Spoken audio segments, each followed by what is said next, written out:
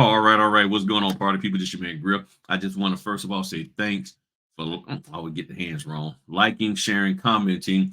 I want to thank you for all your support. Channel members, y'all are great. Y'all have been really making Grill work. Um, Asking questions, giving me some phone calls, all of that. Even people who aren't channel members, I appreciate you giving me a call, reaching out. Thank you for your encouragement. Thank you for your appreciation, showing for everything that I'm trying to do for y'all.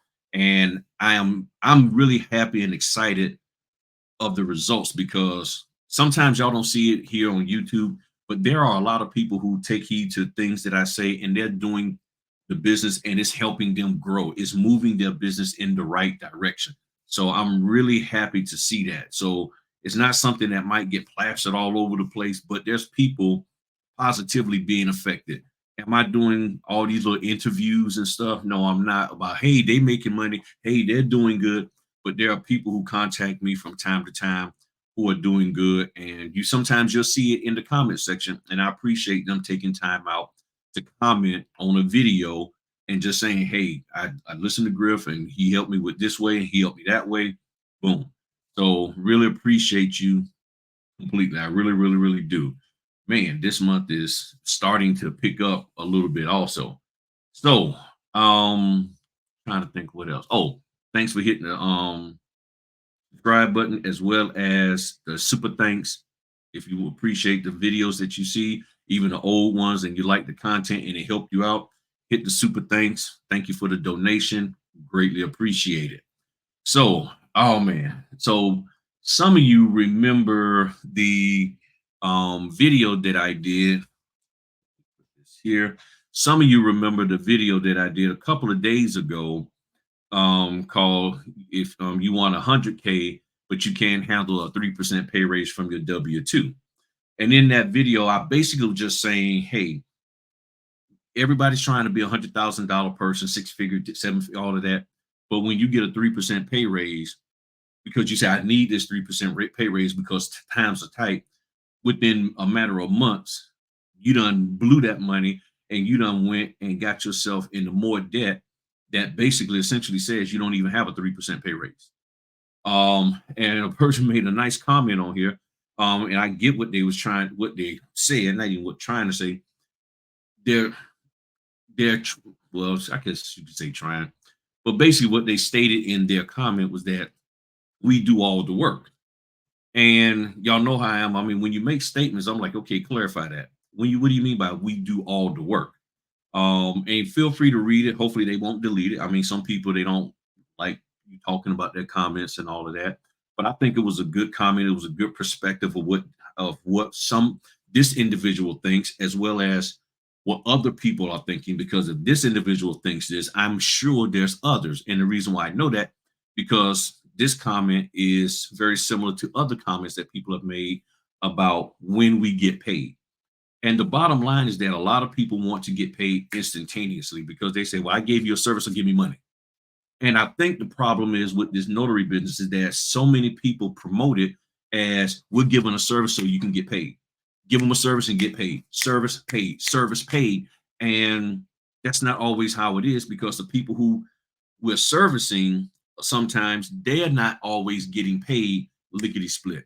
The title company, do they have money? Yes, but they have money to pay those other things that they did, those other closings and those other signing companies, if they're using them in those other notaries. But for this deal, the money hasn't been dispersed.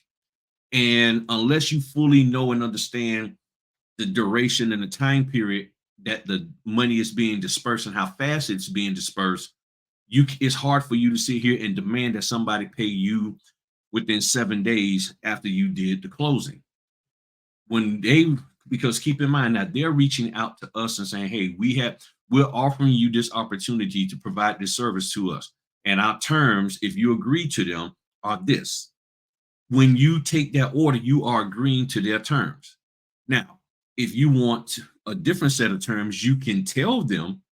And ideally, what you could probably do is do the job at the 30 days and then go back to them and say, hey, I really like getting paid within 15 days or 7 days.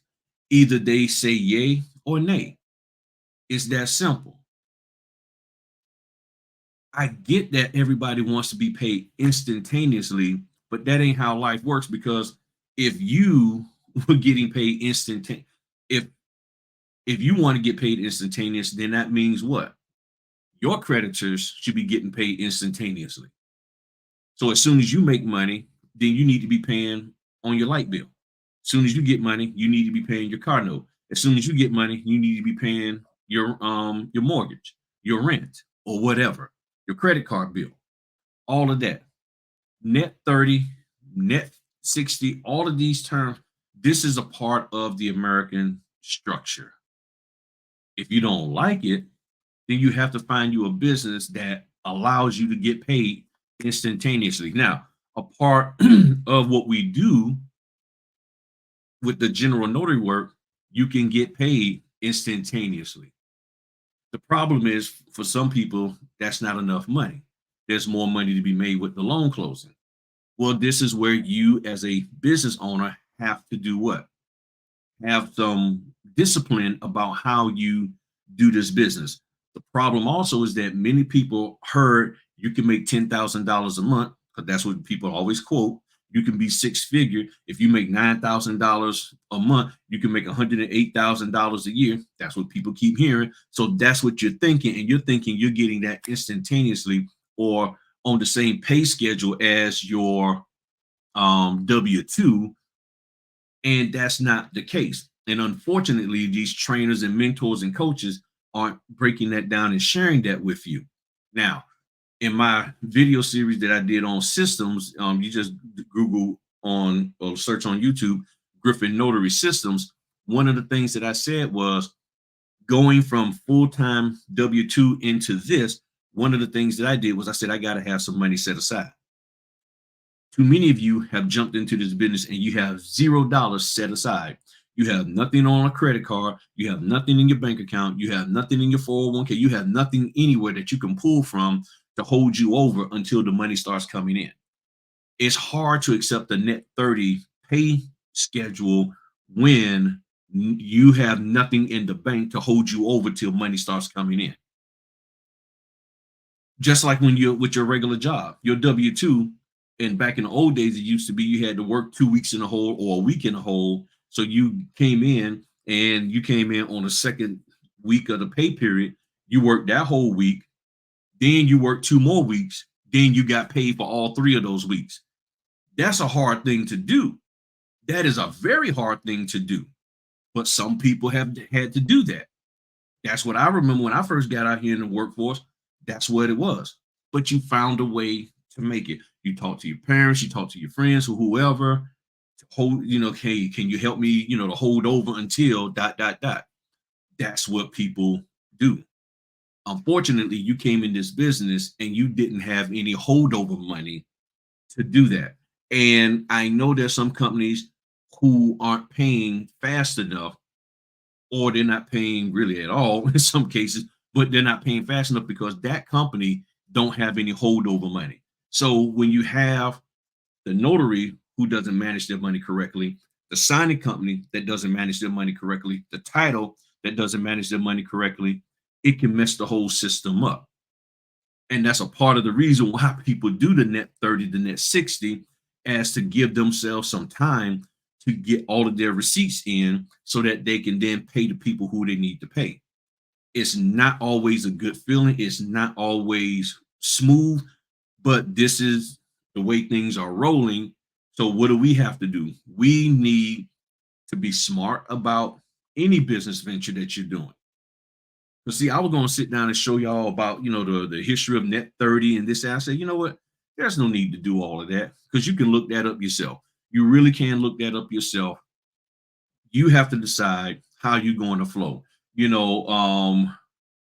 So like one of the comments was like, and they said, we do all the work, and basically said you can't tell the barber this, that, or the other. Well, to be honest, in the old days, people used to do that.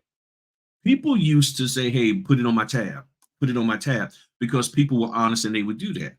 And in all honesty, if you're paying with a credit card, you are basically you're telling your barber, I don't really have the money, but I'm using this piece of plastic to pay you. And the bank is going, my Chase or other company is paying you, and then you pay them back. So in essence, if you're paying on a credit card, you really don't have the money. You really don't have the money to pay them at that time. So if you're not paying with a debit card that's coming directly out of your bank account, and you're like, well, I'm gonna pay with my American Express, or I'm gonna pay with my Chase Sapphire so I can get the points. Is it really for the points, or is it for the fact that you don't have the money in your account and that's what you're using to pay them? You see what I'm saying? Why do you need these Sapphire points to get other stuff? Because you don't have the money to pay for it outright. So there's a lot of us a lot of people don't have the money to pay for stuff. So you're tricking yourself thinking, oh, well, I'll use my credit card and buy all of my groceries and pay all of my bills with that, and then pay that off, and then get all of these points that I can use to redeem it for free stuff. Well, the question then becomes, let's just, do you have the money to just pay for all of your bills? And if you do, great, then pay them. But then do you have the money for that thing that you're trying to get for free using your credit card? That's the question. So they also made and then I basically made the statement saying that, when people make these statements like, we do all the work, define what you mean by do all the work. Okay, because we're not doing all of the work. And if you read my comment, hopefully they won't delete it.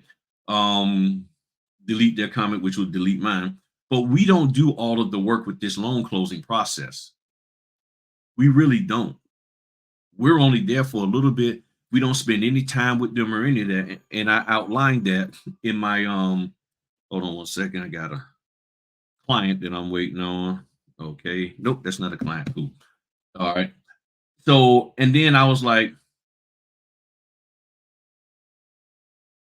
I'm just sitting here looking at this comment. What do we do? So yeah, we're not doing all of the work in order to make this deal done. We're not.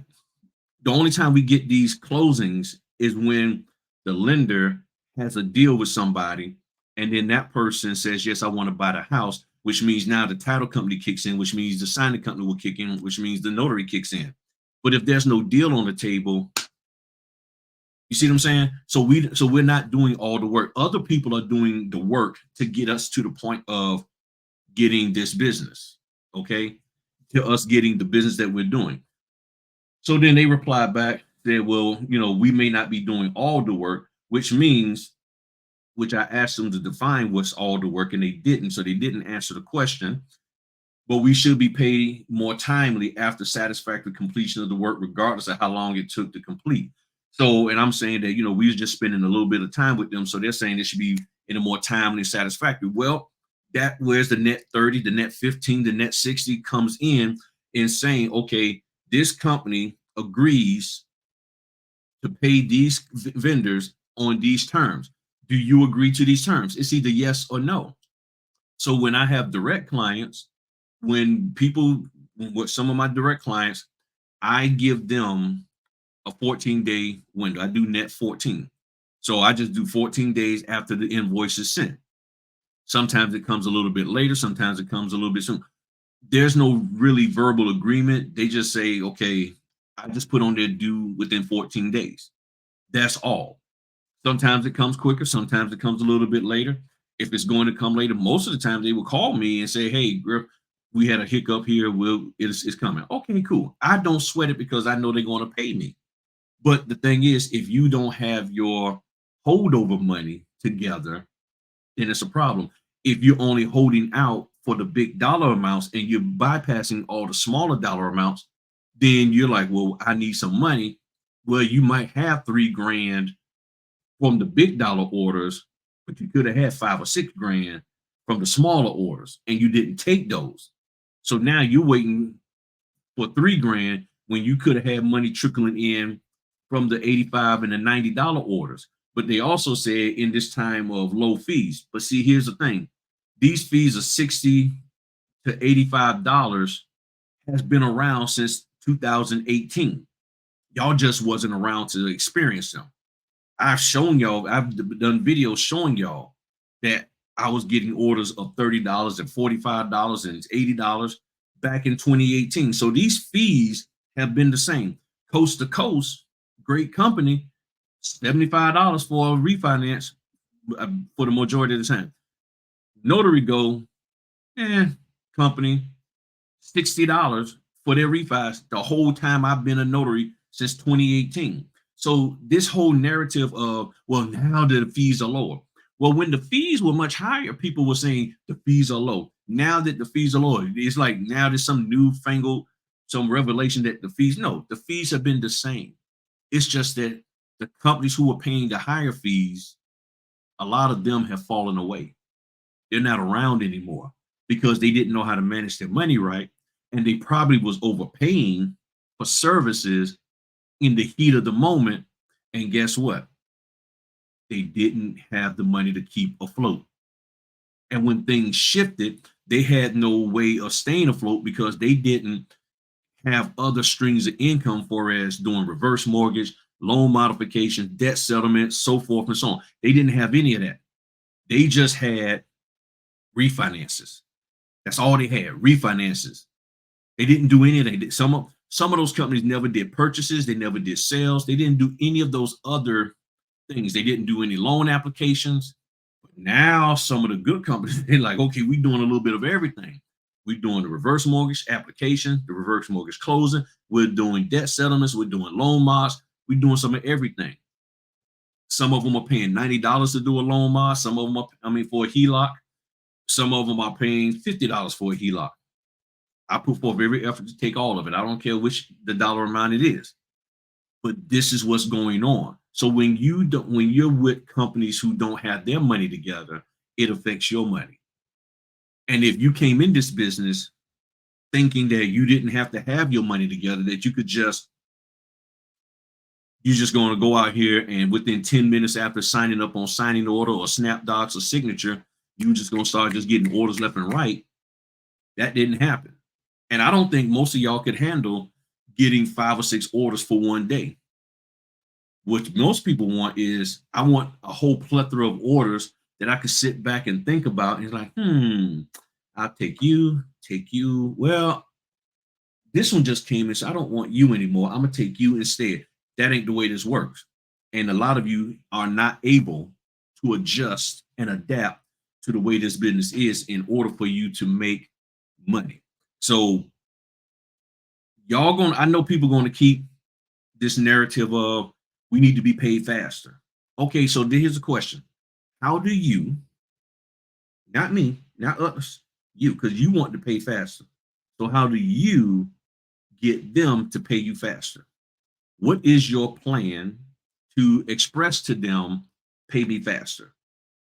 That's the question. What is your plan? What is it that you want?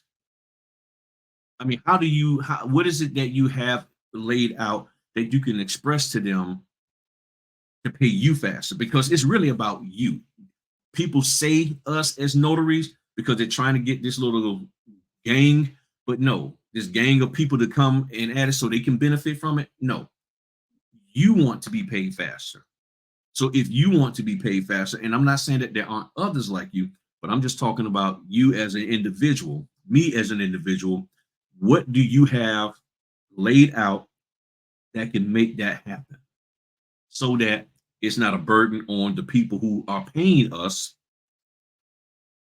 to do that? Because see, if you tell them I need to be paid within 5 days, that might be a financial burden on them.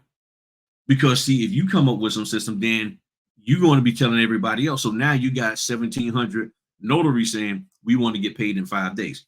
Do they have the money to pay you in 5 days? Either they do or they don't. That's the question. So I've never even tried to figure anything out about that because I understand business. And that's really what this boils down to. You don't probably understand business. You don't understand the terminologies and the way things are going. So you're like, I want to be paid like I was on my W-2, and they're not paying me fast enough because I got bills. because I came in this business and I didn't have any holdover money. I had nothing, no kind of cash reserves. And if you did any studying and researching about how to be an entrepreneur, anybody would have told you, if they got smarts about themselves, build up a cash reserve somehow with your W-2, so that when you go into your full-time entrepreneur business, you'll have some cash reserves. And if you can get cash reserves by refinancing your house and having money sit, if you can get cash reserves by having an inheritance, by pulling money off your life insurance policy, using credit cards or whatever, you can do that. But see, many of you have been out there partying up on every kind of cruise boat out there. And with that, you have no money to do this business. That's what the problem is. Most people didn't even have money to buy a printer, not alone two, but even one. Didn't have money to buy a scanner, didn't have money to get a notary stamp, all of that. So most people don't even have the money to do the business, but they want to be paid instantaneously. And the reason why is because you're hawking everything, you're putting money, borrowing money to get in this business. But at some point in time, you're just going to have to accept the fact that net 30, net 60, and unfortunately net 90 is how some of this stuff is operating, or you just go find something else to do. It's that simple. The signing companies are floating and working with this net 60, 90, 45, and all of that. Title companies, and they're finding a way to stay in business. You have to find a way to stay in business also. So I appreciate the comment. I think it was somewhat misguided from the standpoint of trying to directly compare us to these other services. I get it, because most time net 30 is when the person has provided a service to someone, they expect payment within 30 days or less in most cases. The thing is, yes, we're providing a service to the signing company, or really to the title company via the signing company, or to the title company directly. The difference is they're providing us the opportunity. So since they are the ones controlling the purse in all of this, and remember what I've always said, notaries are the most important, but the least powerful. So yes, we are very important in the process of things, but we don't control the purse strings. So they're saying, hey, this is how we're going to pay. Do you agree with that? You either say yay or nay. And you have to be a grown up and figure out how to make it work. That's all. That's all this is how do I make it work? Period. And unfortunately, some of you don't have the ability, the heart, the mindset, the knowledge base to figure it out. So you rather get online and complain and whine, which is your right, but you still got to come up with a plan. How do we get them to adjust their payment plan, their payment schedule to suit us? Because this isn't about what fits them. It's about what fits us. It's about what fits you or the collective of us. So even if we do get payment fast, quick, in a hurry, the question then is, are you providing good service? If you are, great, keep doing it. But you still got to find a way to show them that they can pay you much faster and it not be a burden to them. That's the thing. And if you're just saying, pay me because I want to be paid, okay, got it. Okay. But it's going to be a burden on them. And the business who has the money to pay you is not going to pay you when it's a burden on them. You ain't paying your bills if it's a burden on you when you're struggling and you don't have all the money to pay, and you're trying to find ways and you're asking people to hold on, just be patient. We've all done it. Some of us are doing it now.